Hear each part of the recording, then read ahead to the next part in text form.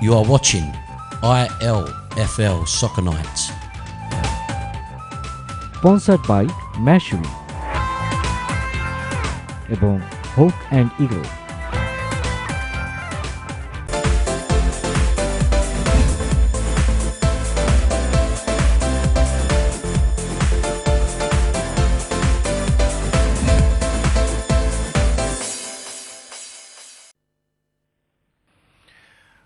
Welcome back. This is the second section of ILFL Soccer Night. This is the show that's sponsored by Meshri and Hawk and Eagle. Without them, we wouldn't be able to do this and provide all of this for you. And what we've got for you this evening, you've seen in the first section, we were there to hold the first draw with the games that were going to take place in 2014. I'll give you the dates for those in a short while. We also got another draw that's going to take place in this section. It is the Interleague Champions Cup. I know there are a few teams, particularly from the Hackney and Leighton League, that have been waiting for this with bated breath for a few weeks now.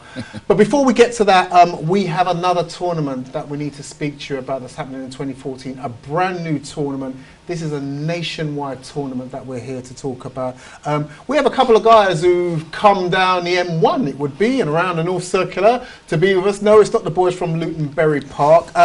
Who I have here is, I have to my left Arash Ali on the end here. Good evening, Arash. Good evening. Arash is a youth academy coach, I understand, at the MK Dons. That's correct, yeah. Good to have you down with us. And to my right here I have Kamal Mir. Good evening, Kamal. Good evening, David. Kamal is here from MK Galacticos, who have got some involvement with ILFL in one way or another this season. Guys, you're down here to spread the word about a new tournament taking place that you guys are working on in conjunction with my good friend here, Cameras. So I'll let you guys talk about it. Tell everybody out there what it is. Well, good evening, viewers. Just to let you know, as I think Kamwisbai already mentioned a couple of weeks ago on his show, Milton Keynes have been given the privilege to hold the UK Bangladeshi Championship in 2014. This is going to be an invitation-only tournament to the Bangladeshi community up and down the country. We are hoping, from our previous connections in the Bangladeshi football community, to get up to 12 to 16 teams, and we are hoping to hold this tournament in the first or second week of May. The exact dates haven't been confirmed because he was waiting for a finalisation from Kamwisbai to let us know when his league finishes. Obviously, it's availability, yeah, when league finishes. And also, because we're working in conjunction with Shapla League, Habib Bai is just going to let us know when his league finishes so that we can access some of these teams as well. So let everybody know as well, how have you managed to establish yourself in order to be able to hold such a prestigious event? Well, where's your history, where's your background? David, Milton Keynes has been a very passionate football sort of town, especially in the Bangladeshi community. We've been established as a football team. We're predominantly a team called MK Durbar, which participated in leagues, football tournaments up and down the country. We've got years of organising seven-a-side football tournaments pedigree in Milton Keynes, and over the last decade, myself, Awash Ali, Shamim Ali, Alom, Abdul Samad, we've been organising fantastic seven-a-side football tournaments. We've seen a decline in the last few years of Bangladeshi players participating in these sort of tournaments, maybe because the competition level is a bit higher, the football quality, because it's a mix, they seem that they can't participate or compete. So this is one of the reasons why this year we've decided that we want to hold the UK Bangladeshi Championship, to bring these teams back into it, to give them the opportunity to play mainstream football. It's another way of developing football for a minority group who have talented players. We have to say there's no doubt there's talent to be found everywhere, and no less in the Bangladeshi community.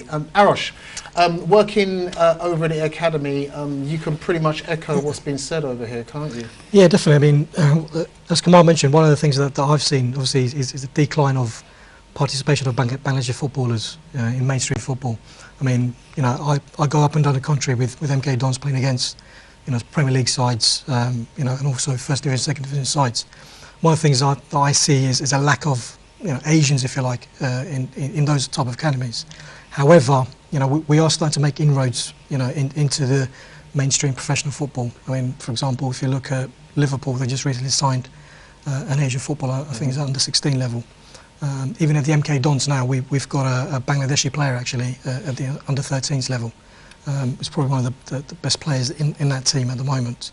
So slowly we're starting to make inroads, but what we need is, you know, events such as these to try and give them a platform, yeah, to get into football, enjoy it first and foremost, yeah, and then from there it's a, you know, a stepping stone for them to maybe look into going to high-level football.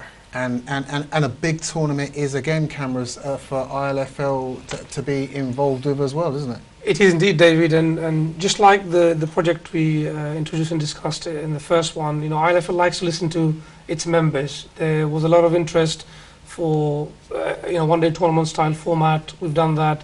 There's a lot of interest now for, you know, the Bangladeshi community to be getting involved. And you know, the other advantage to us doing this is there's a strong relationship between Milton Keynes, ILFL, and Birmingham. So we want to maintain that and improve on that as well.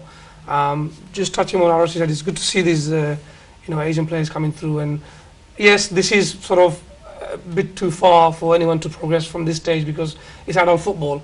But what this will do is it will incentivize, it will motivate youngsters at that level to get involved. And who knows, you know, 4 or 5 years down the line, we might have an 8-year-old who's seeing this now, who becomes 16, 17, and then he breaks through. It's a subject we could have a whole show on. I mean, I don't have much input on it apart from being a West Ham supporter. I know that Anwar Uddin was captain of probably the most successful West Ham United youth team at the time, and is now, I would say, just a coach. I mean, can I say just a coach, where bigger things probably could and should have happened for somebody like him. He's still a coach at West Ham now for their youth academies and that, but you kind of felt that there was a major push maybe 10 years ago to try and get something, and like you said earlier, there's been a decline again, and this is where we need to go with this tournament in trying to bring the whole thing back.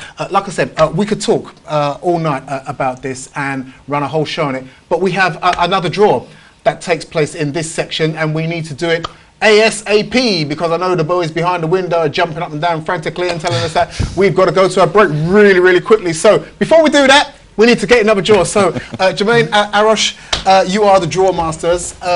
You've seen the format, you know what you're going to do.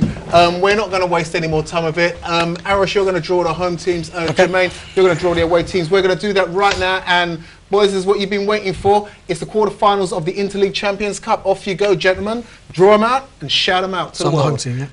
The first team out of the hat is... Okay. If I can open it. SYA. Sire. SYA is it. That will do for me. Sire are in the quarterfinals of the Champions Cup, and they are up against... SCTA. SCTA, that is an all ILFL game taking place there, and will be a big one because one of those will make the semi-finals of the cup. Next one?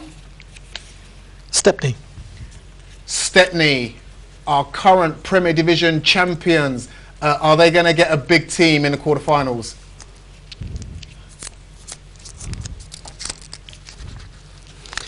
And they will play Phoenix. Phoenix. Jermaine is licking his lips at that one because he knows that's a game to savour. The third tie of the Interleague Champions Cup is Black Meteors. The Black Meteors, another fancied side in the quarterfinals of the Champions Cup and looking to go all the way. They're going to be up against... Get this one open. They'll be playing Spark Hill United. Spark Hill United. Jermaine, I'm sure you'll be able to tell us all about that one in the next section of the show. Talk about the big games here. And the last tie is... Okay, last one. FC Bartlett. FC Bartlett. And you guys out there, you know who's left, you know who the last team are. But like we said, to complete formalities, they're up against, Jermaine, Tottenham Phoenix. You're liking this, aren't you, Jermaine? You're liking this. All of you teams out there who feel that you've, you know, got a draw that didn't work for you. Jermaine Wright is his name. up there. You can see him, you can talk to him about it a little bit more. But there you go, in all its glory. Up on the screen for you now, you can see the ties that are going to take place.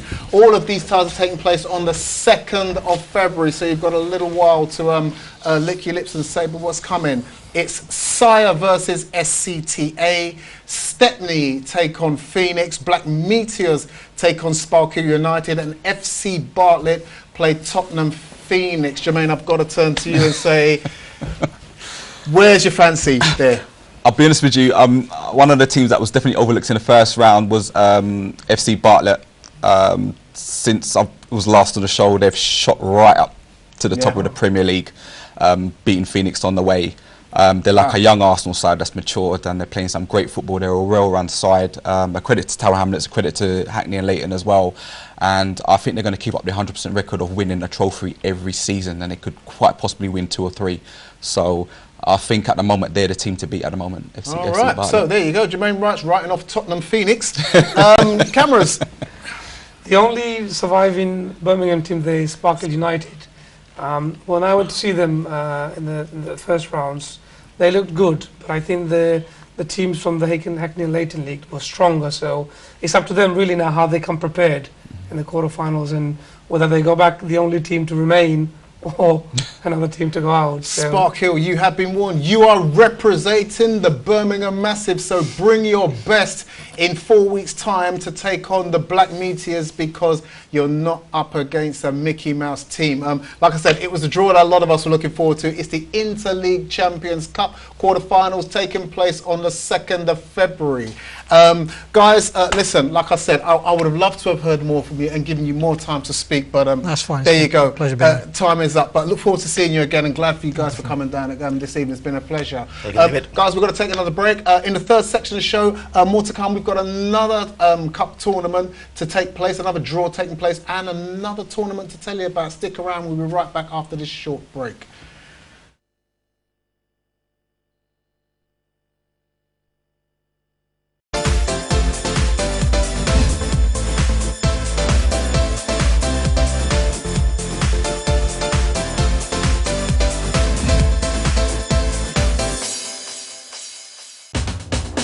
You are watching ILFL Soccer Nights. Sponsored by Mashery এবং Hawk and Eagle.